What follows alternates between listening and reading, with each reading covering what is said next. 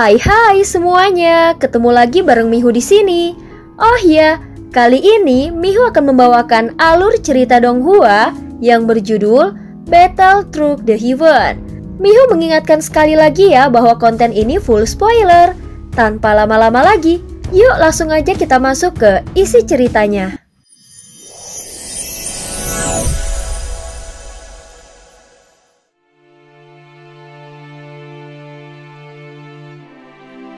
Melanjutkan dari kisah sebelumnya.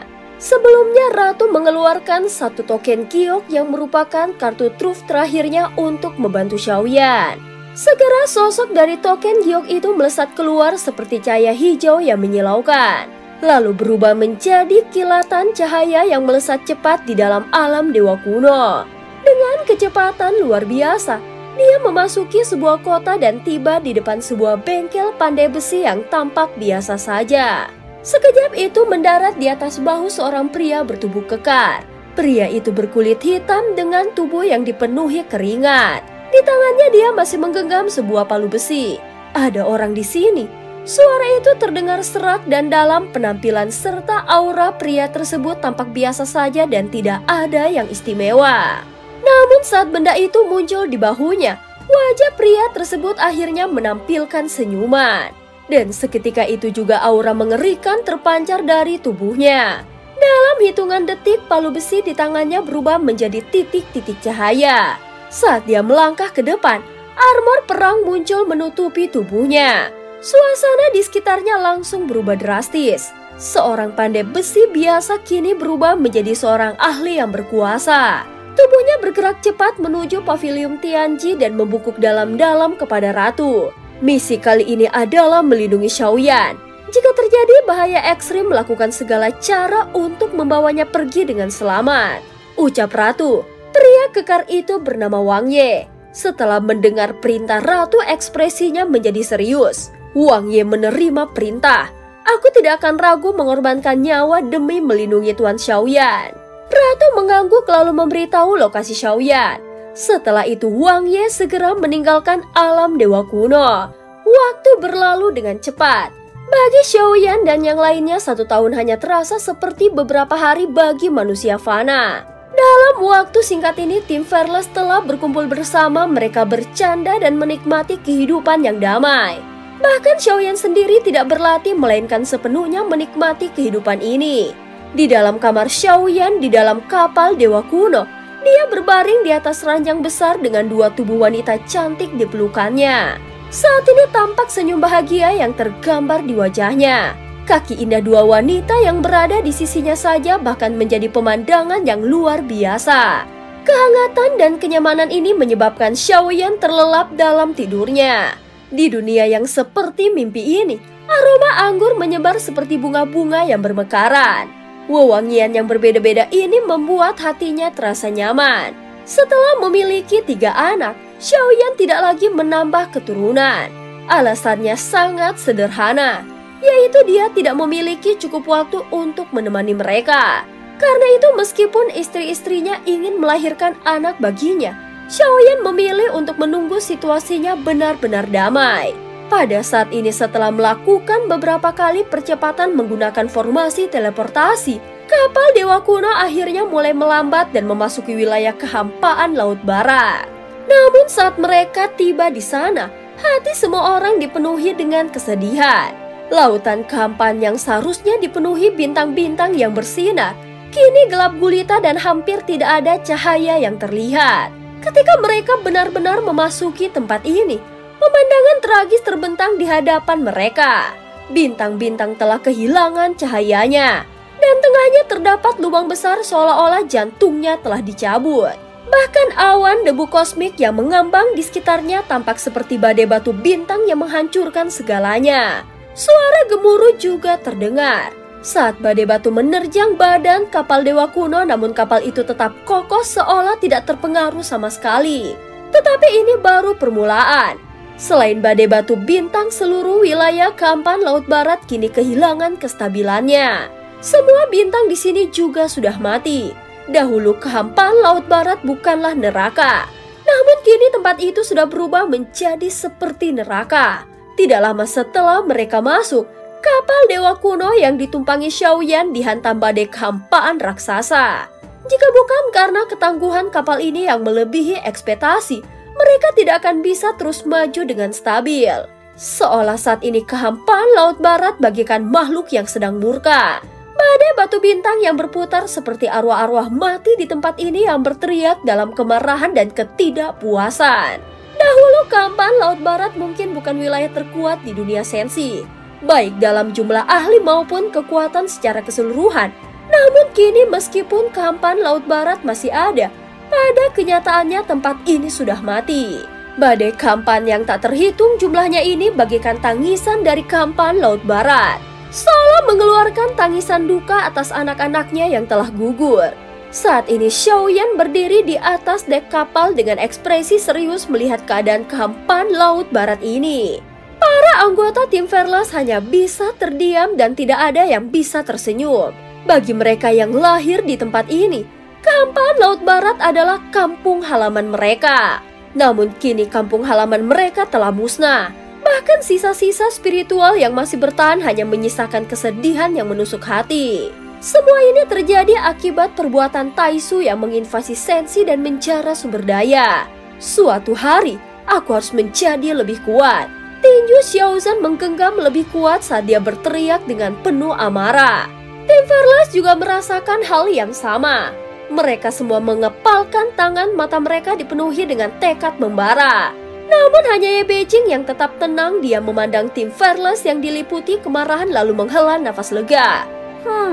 Kalian masih terlalu lemah, ucap Ye Beijing dengan nada yang datar.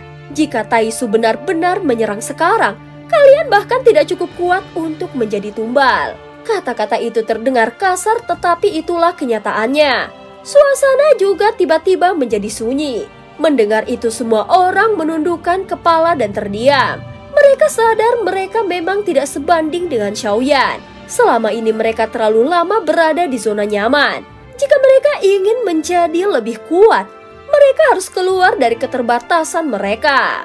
Hanya dengan begitu mereka bisa benar-benar siap menghadapi pertempuran yang akan datang. Saat berikutnya cahaya tekad bersinar di mata mereka. Meskipun mereka telah berlatih keras di alam dewa kuno, masih ada yang kurang di dalam hati mereka.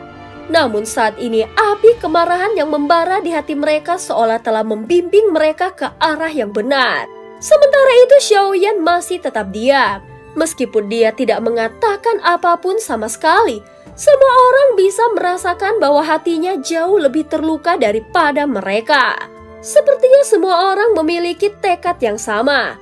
Dan suatu hari nanti, mereka pasti akan mengalahkan Taisu. Mereka akan menginjakkan kaki di dunia mereka dan menghancurkan segalanya. Hal ini bisa dianggap sebagai takdir. Setengah jam kemudian, Xiaoyan perlahan mengangkat kepalanya. Aku sudah melihat sendiri betapa kejamnya Taisu. Mereka tidak menganggap kehidupan ini berharga. Bagi mereka yang terpenting hanyalah mencari sumber daya yang bisa dimanfaatkan. Mereka tidak ragu untuk membantai seluruh makhluk hidup dan menghancurkan segalanya. Suara tenangnya mengandung kebulatan tekad yang tak tergoyahkan, sehingga suasana di atas kapal menjadi semakin tegang. Namun bagi para anggota tim Fearless, ini bukan hanya beban tetapi juga pertumbuhan bagi mental mereka. Kini mereka benar-benar memahami makna menjadi lebih kuat. Di dunia sensi, jika alam dewa kuno adalah wilayah utama, maka kehampaan Laut Barat adalah bagian yang dilupakan. Namun mereka tidak akan membiarkan dendam ini berlalu begitu saja. Sebagai anak yang terlahir di kehampaan Laut Barat, mereka bersumpah akan membalaskan dendamnya. Hanya dengan begitu mereka bisa membuat arwah yang telah gugur beristirahat dengan tenang. Pada saat ini semakin dalam mereka masuk, hampir seluruh kehampaan Laut Barat yang mereka lewati dipenuhi oleh badai raksasa. Bisa melewati badai yang penuh dengan kekuatan penghancur serta hujan meteor yang tak terhitung jumlahnya bukanlah sesuatu yang bisa dilakukan oleh seorang kultivator biasa.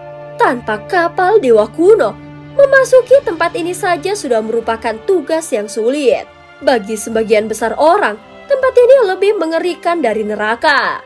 Bahkan Batra biasa pun tidak akan mungkin bertahan dari kekuatan hisap yang luar biasa ini. Jika daya tahannya tidak cukup, maka Batra itu akan langsung hancur berkeping-keping. Setelah merenung sejenak, avatar Yuan Shen perlahan terpisah dari tubuh Xiaoyan. Saat ini meskipun avatar Yuan Shen-nya telah mengalami peningkatan dalam kekuatannya tetapi masih jauh dari cukup. Sesaat kemudian avatar Yuan Shen menginjak kuat permukaan kapal Dewa Kuno, lalu melesat keluar dari perlindungan kapal dan memasuki badai kehampaan, serta hujan meteor yang mengerikan ini. Tempat ini memang cocok untuk menempah tubuh, ucap Ye Beijing berpikir sambil mengangguk pelan. Namun anggota tim Fearless yang lain tampak terkejut melihat keputusan Xiaoyan. Menempah tubuh? Gila! Bahkan dengan tubuh terkuat sekalipun tanpa perlindungan kapal Dewa Kuno, seseorang akan langsung dihancurkan dalam sekejap. Jika bisa bertahan, itu tidak akan lebih dari setengah nafas. Melihat Xiaoyan yang mulai menempa tubuh avatarnya, mata Xiaozan langsung berbinar. Ini kesempatan yang bagus. Jika ingin membalas dendam, kau harus menempatkan diri dalam situasi hidup dan mati.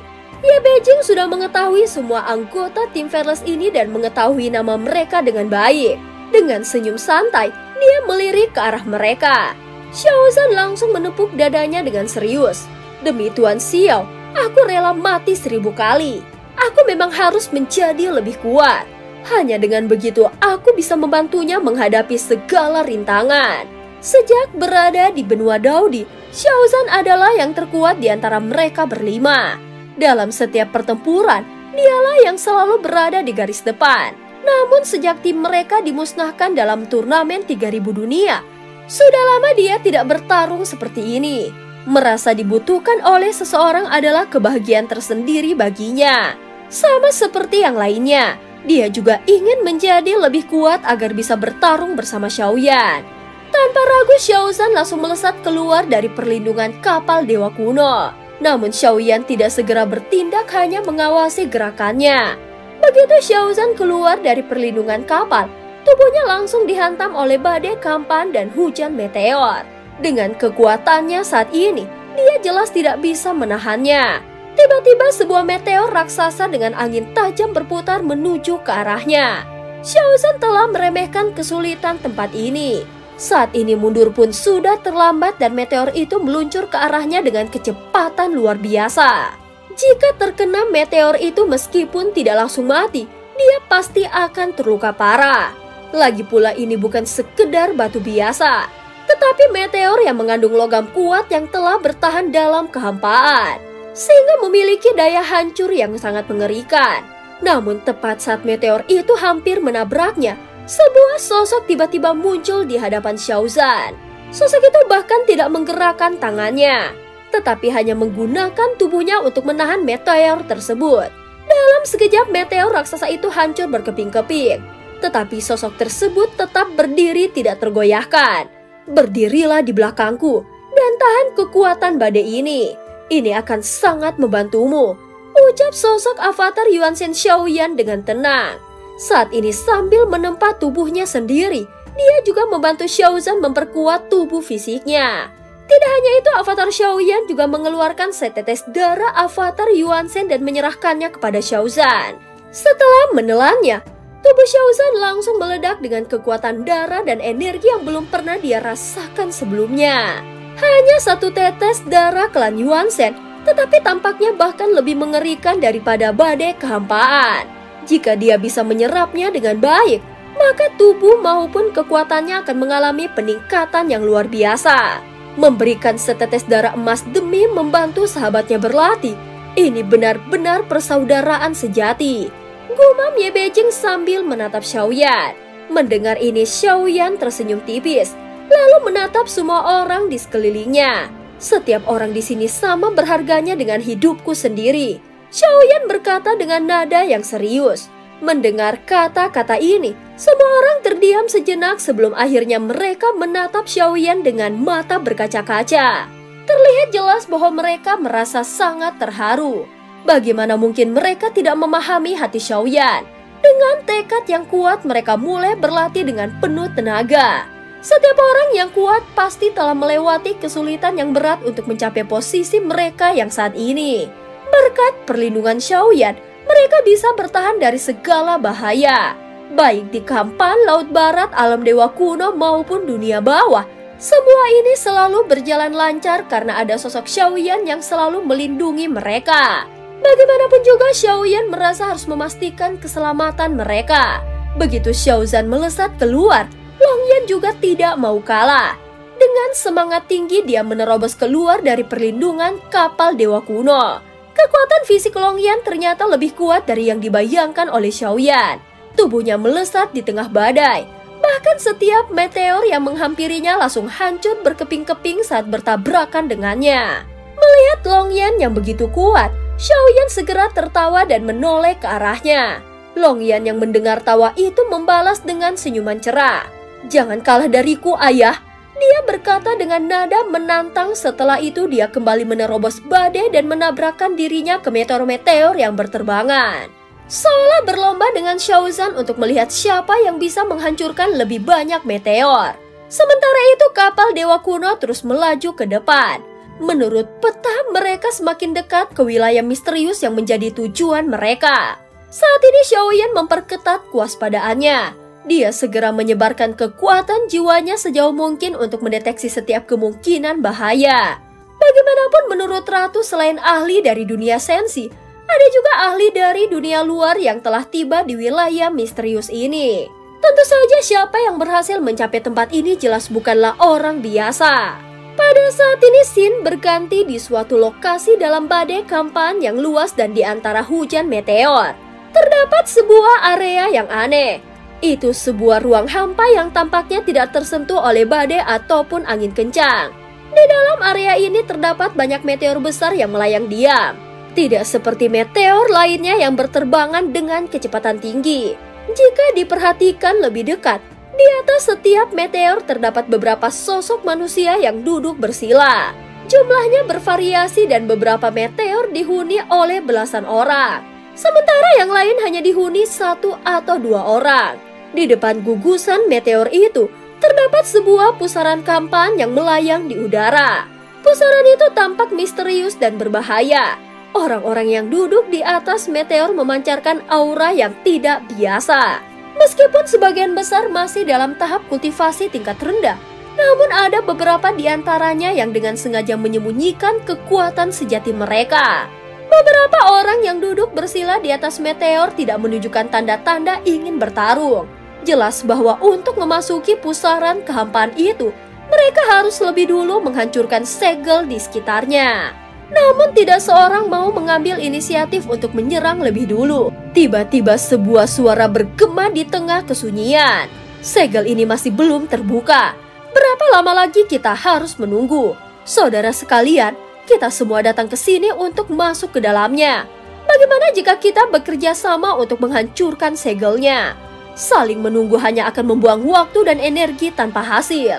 Suara itu datang dari seorang pria yang berdiri di atas salah satu meteor. Di sampingnya berdiri 2 wanita. Ketika dia melihat bahwa tidak ada seorang pun yang menanggapi ucapannya, pria itu berdiri dan melangkah maju mendekati pusaran kehampaan. Dengan suara tenang namun penuh kepercayaan diri, dia berkata, "Aku Wuang bertanya kepada kalian semua, adakah yang mau bekerja sama denganku untuk menghancurkan segel ini? Kita juga bisa saling mengenal dan setelah masuk kita bisa mencari peluang masing-masing." Begitu dia selesai berbicara, aura yang kuat perlahan terpancar darinya. Tubuhnya tegap, matanya dipenuhi kepercayaan diri. Meskipun kata-katanya terdengar sopan, tetapi sorot matanya mengandung keangkuhan. Jelas dia bukanlah kultivator biasa. Dia adalah seorang kultivator langkah pertama keabadian para dewa. Dan merupakan sebuah pencapaian yang hanya bisa diraih oleh para ahli teratas. Melihat ini, orang-orang yang hadir di tempat ini terdiam sesaat. Dan cerita pun berakhir. Terima kasih udah dengerin Mihu dari awal sampai akhir ya. Jangan lupa untuk like, comment, and subscribe. Oh iya, jangan lupa untuk share juga ya. Sampai jumpa.